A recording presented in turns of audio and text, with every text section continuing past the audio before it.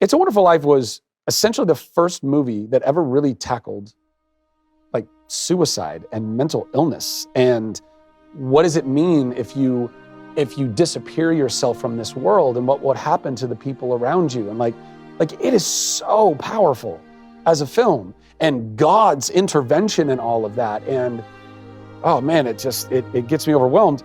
But more than that, that movie was a miracle that it was ever made. Like it wasn't, basically, it almost never happened. Frank Capra barely got the money, barely got Jimmy Stewart to do it. Jimmy was fighting it tooth and nail because he had just come back from World War II. And bro had the most insane PTSD. He was a bomber pilot in World War II and watched hundreds of his fellow airmen die, either falling literally from blowing up in midair, like all the things you've seen in Memphis Belle and all these other war movies. Like he did that. He saw it. He almost died multiple times. And he came back from war and he was so messed up. And that movie, God literally used that movie to save Jimmy Stewart, like to help him in his mental health, to start working through his PTSD. God used that movie to do it. There's entire scenes where he was so off script because he couldn't remember his lines, and Capra was like, just speak from your heart, just like say, and he would say stuff that made no sense, but it was like real and in the moment, and they kept it in the movie.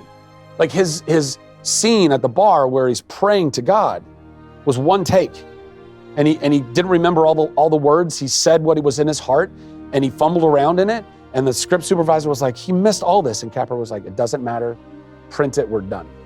Because Stewart didn't even have another take in it. Like he was looking at oh man, I get overwhelmed thinking about it.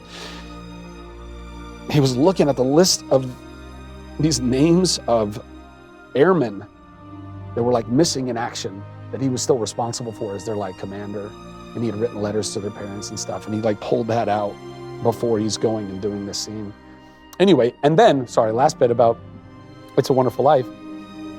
The reason why it's actually so successful around the world in all of our hearts and minds.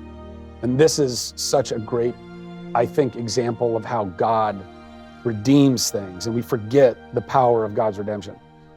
The movie failed, it bombed. It was not well received, critically a little bit, but it did not do well in the box office. In fact, it did so poorly in the box office that the secretary at the production company, I can't remember what it was at that time, they had bought out Capra's production, Liberty Film, it was somebody else. They were looking at all their IP, and they were looking at what they were going to re-up their trademark or copyright on. And she thought that it was so invaluable that she didn't even re-up their trademark or their copyright on the film, so it became public domain.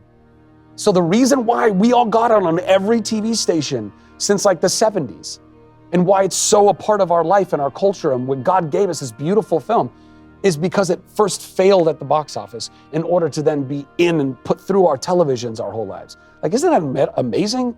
Yeah. It just blows my mind. Anyway, sorry. Yeah.